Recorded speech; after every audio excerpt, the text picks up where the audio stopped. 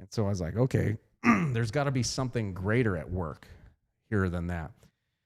And so what I found was last year we had the highest historic number of new businesses filed and created. So what happened is we go sit at home, everyone. And a lot of creative people said, okay, I got the time to think about this new venture I wanted to start. Okay, right? hold up for a second. Mm-hmm. So let's just let that sink in. So during the time of a pandemic, Yeah. there were more Yeah. small businesses, really is what you're saying, created That created. actually, to than, me, makes than ever before. Than ever before. Okay. It makes a lot of sense. It does make some sense to me. Right? So you're at time and you've got you have free mental capacity, right? So you're at home, you're not worried about waking up tomorrow at 7:30 and getting to your job and all the stuff that your job. So now you have some free mental capacity, and then people had a passion for things, right? And so they were like, that's how businesses start. You have a passion and you have time. That's the old necessity being the mother of invention, right? Right, there. exactly, right? And so now, coupled with low salaries, right? So we've had historically low salaries, like prices for years have been climbing, but salaries and jobs hasn't been going at the same rate, right? It's always been drugged down, right? It was easy for them to replace their salary at that because they started this little venture, kicked it off the ground, and $300 a week was easy to replace. Right. Right? Because it was such a low thing, right? So when the jobs start coming back, there's not as many people coming back into the workforce because they started something that was easy to replace that smaller job. Right? And so as you start looking there, like, wow, okay. Now you're seeing, hey, $50 just to show up, for the interview, and $25 starting salary. We're beyond the conversation of $15. And so if you remember 18 months ago, everyone was having a conversation about $15 minimum wage, right? Right. Well, look in the news now that people are paying $20, $25, $30. I see some stuff for like $40 for entry-level positions. Right? And so now you have to start asking yourself, what does $25, $30 starting salaries look like to the general public? That looks like inflation. Right. Right? Because that's going to get passed on to the consumer. And we know that right off, right? Our costs go up in a house, right? Well, we just don't eat it on our margin. It's like, well, costs went up. You pass the sales it on. price. The sales price. Every business works that way. Yeah. Right? So if a cost to make a hamburger went up, hamburger prices go up. Yeah. Right? And if that's what you eat in your American diet a lot, well, your budget of what your buying power that month went down. That's the definition of inflation going on, right? So then you start looking, okay, inflation came out and the government said, hey, we're recognizing like 4.25%, but I started finding some articles that they're arguing the real rate is between 5 and 7%. Yeah, it's about 6.25. Right. So what the government has like a lot of incentive to keep that number down because they pay government employees and Social Security. Like there's reasons to not really reflect the accurate rate right there. So if you take the real rate between 5 and 7%, okay, I don't see with this problem ending because those people aren't coming back to work anytime soon. So now that inflation might not be a temporary problem. If that's a realistic continuing trend at 5%, Right. now What happens when you have inflation? interest rates go up. I knew right? you were going to say that. Right? Yeah. Interest rates go up, right? Yeah. And so that's how it gets back to housing, right? And so when you look at this and you're like, how does that tie back to housing? Well, unemployment.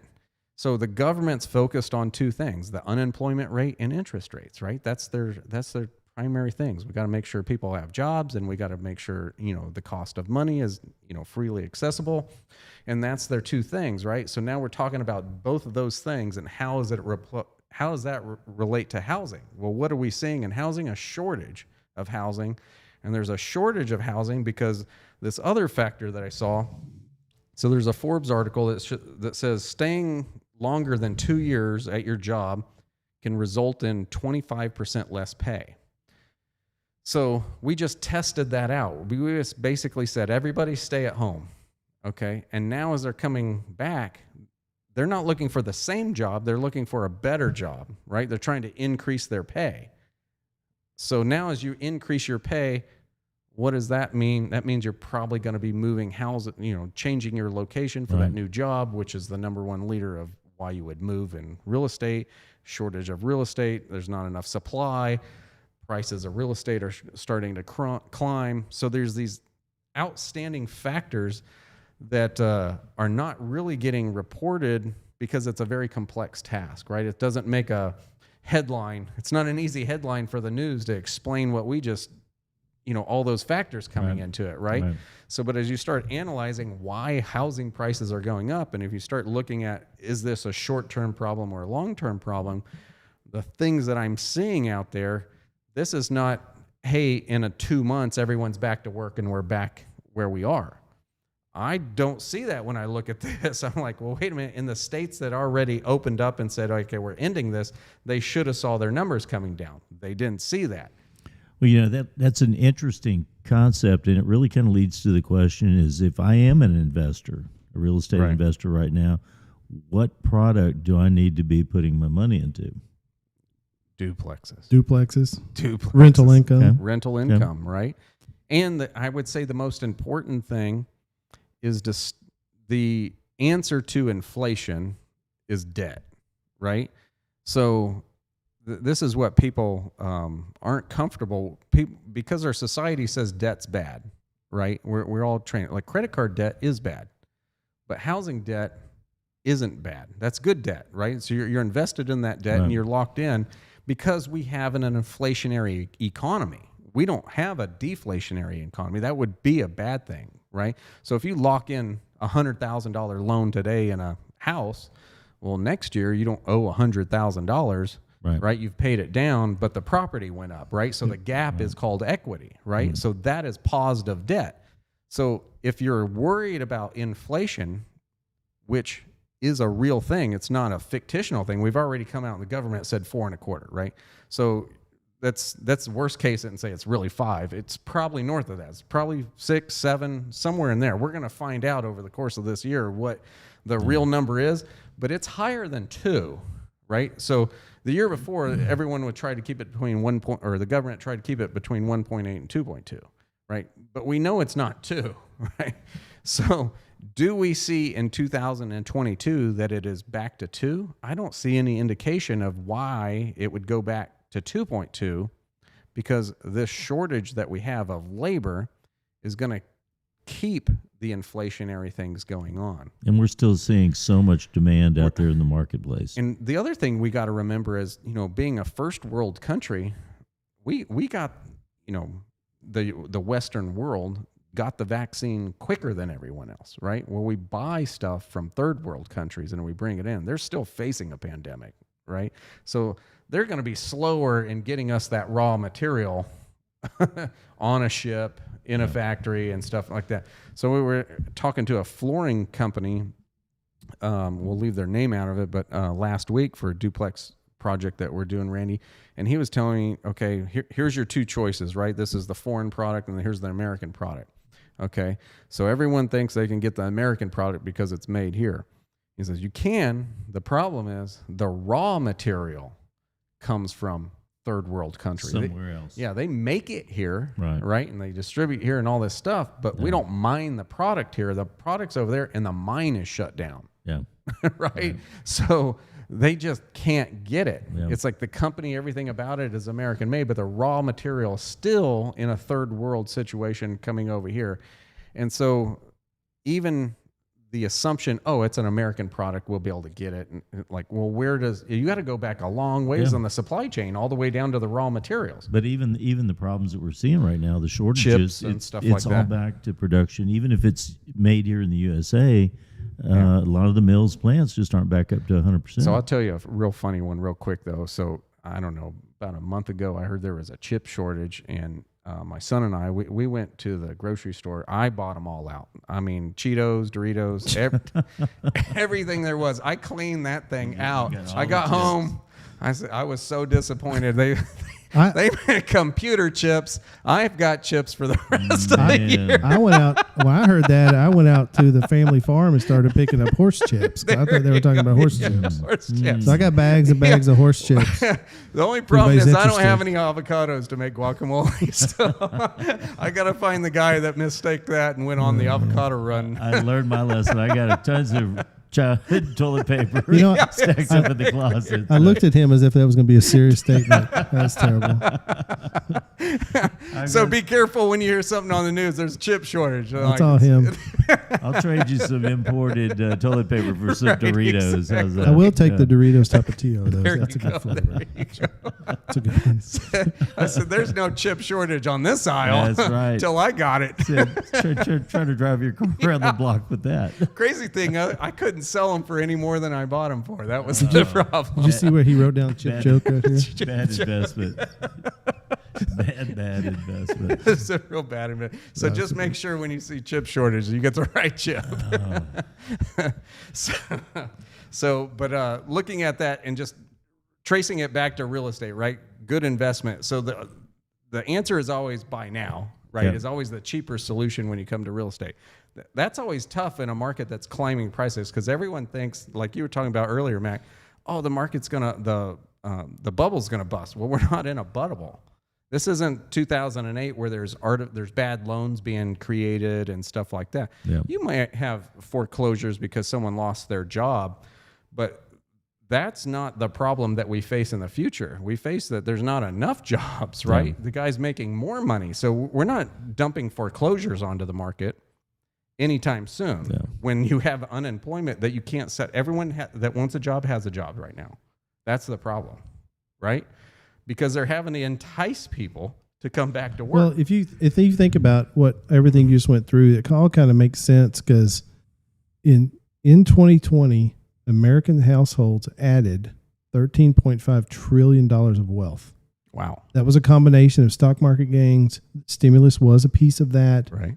but it was also unique ways to make money. Right. And a lot of that was, and what is actually one of the highest wealth percentage-wise, Wow. wealth added dollar years, and it was during Yeah. shutdown. During a shutdown, right? So Yeah. all of the cash being injected into the Yeah. market from the government, that extra wealth is Yes. cash that's injected into the Yeah, government. and there was a lot of business activity. Again, a lot of it was online shopping. A lot. Oh, yeah. Exactly. Absolutely. But think of the online businesses and the online economy that we have now versus any other time in the past. Even going back to 2008, we didn't have the online economy that we have now. Right. We didn't have the freedom to start a business and do, much less people that are used to dealing. It's just not people that can start a business, but people used to doing business online, Right. used to buying. Right. Right. And so all these factors add up into something different, right? So there's a lot of people trying like Amazon stores and drop shipping and, they don't even touch the product, right? And it was easy to start that type of online business Right. and supplement a small income, Yeah. right? And so that, it's kind of like I explained before, that peg right there. If you've got someone that moves out and you got a little box there and they've got 9 holes in there, everyone's got a peg in there. If you don't add anything new to the market, there's no one to move into the new house and let everything else move around, right? And so when you get that bottleneck, these people want to move, then prices start going up there and we're not adding any new supply. Yeah. And now you've got these outside things, inflation and unemployment. So your radar has to be kind of up. But I don't see the cure. 2021, there is no cure, right? If you look at those things that are on the wall, right? We got, 6 months left of the year? 5, really, no. We're almost July, right? So 5 months left of the year, right? 2021, I don't see a cure 2021. Now, the question is 2022, do they have to start moving interest rates to start trying to cure that? Well, they already announced that they were going to do that last year, but you're already starting to speed those plans up a little bit to deal with interest rates over the next years. So as you see interest rates come up, if you're looking to invest in real estate, now is the answer, because as interest rates go up, they're going to take buyers out and you're going to add renters to the market. Yeah. You mentioned earlier that we're not it's different than like 2006, Yeah. where this is not a bubble type of situation. Right. But this is all the raw ingredients of a correction. Yeah. And a correction is different than a bubble. Yeah. But anytime you have a real correction, that especially in our industry, that the bubble's not caused by what bad loans are doing in our deal, makes total sense to rush to investment property during that time. It's like the perfect time. Me and you saw this last time. So back then, if we would have had investment property instead of single family property, right?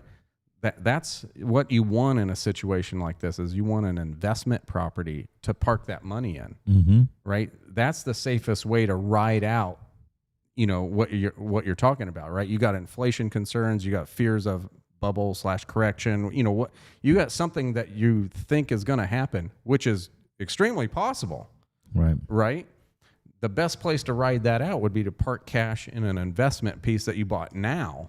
And it's always been the case. I mean, anytime there's uncertainty in the real estate market, you get a certain segment that's just going to say, hey, I'm just going to lease. I'm going to rent for right now. That's a safe thing to do. So we see a lot of that going on. We're already seeing that with the institutional money. Right. And that's why the big boom in new construction investment properties is because there is the hierarchy of that money supply is coming into the market. Right. It's the reason why we're all so darn busy. Right. But there's still plenty of room for the individual investor in this. Yeah. And I know there's a lot of planned product coming out of the market in many different areas across the country. But there's plenty of room for the institutional and the individual investor alike in this. It's going to be really interesting to see what happens in the fourth quarter this year when things typically slow down a bit.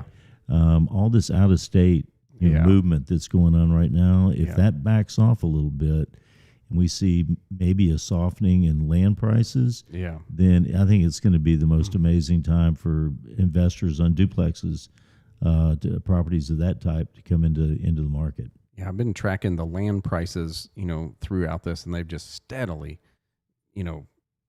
went just month after month, right? They get gobbled off the market really, really quickly, right? But what replaces it, it's that same thought that I've always had when you go to look at land, right? It's like the shock of the price, like, oh my gosh, who would get that price, right? And then 5 years later, you turn around and go, God, I should have bought that. Right? I mean, the last couple of months, it's like there's just mindless buying activity. Right. We're just going to buy it because rates are so low and it's available. Because I can. Yeah. I mean, it's not like people are thinking too long about and we're in a market that is not used to having like backup offers and stuff sell so quickly, right? Like that's newer. Lotteries and things that's newer for our market to even deal with. But now I think we're deep enough into it that everyone just knows that is the situation. Right? Yeah, we're going to have a new normal that's going to be set, and where it is, we don't know. Right. And the thing we know about this is there's nothing that happens fast on this.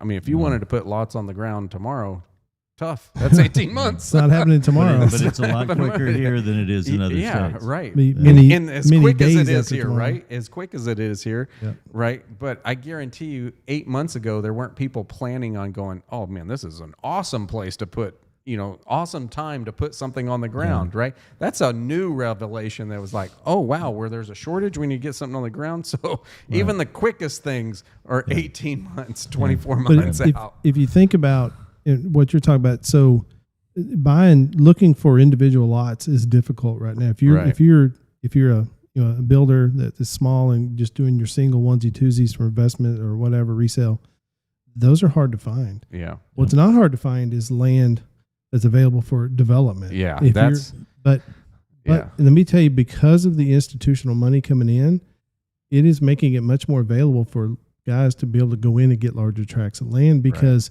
there's money back in that purchase out in the long run if they get the return off the investment properties and stuff.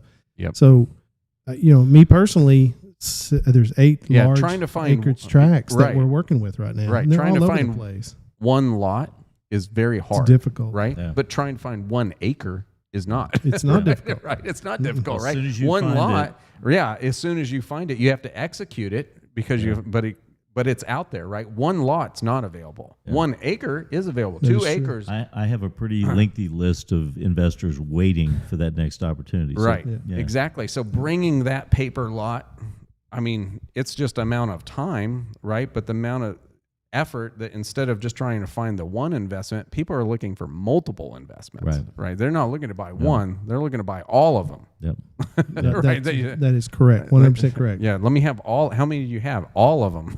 Do you want all of them? They're like, yeah, I want all of them. Right. And if you've got the wherewithal to develop that and then hang on to that product and let it get it sustained for about 4 or 5 years, I mean, it just makes the return so much bigger. Yeah. Very cool, guys. Well, I think it was a pretty hot topic there. That's good. So it's interesting. That was a good one. Yeah. Very good. Very. You have good. any chips? I do have. We're having a chip party at Justin's. Hey, I got to look at. We got to mention the cat. We found the cat. And so I think I'll have to check the expiration date because the next Super Bowl, if I can make it, we're going to have a chip. I think Justin's bringing the chips. I'm bringing the dip. You have the chips. Okay. He's going to put them all in front of his bobcat. You leave your chips at home. I'll leave my chips at home. If you get cold, those chips will burn. So you're good. I went into the Ford dealership later. I'm like, this isn't solving it, is it? This isn't going to work. Y'all said you were short of chips. Yeah, got it. So who's hungry? Who's hungry, guys? All right. Well, I appreciate it. We'll see you next week. All right. Thanks, everybody.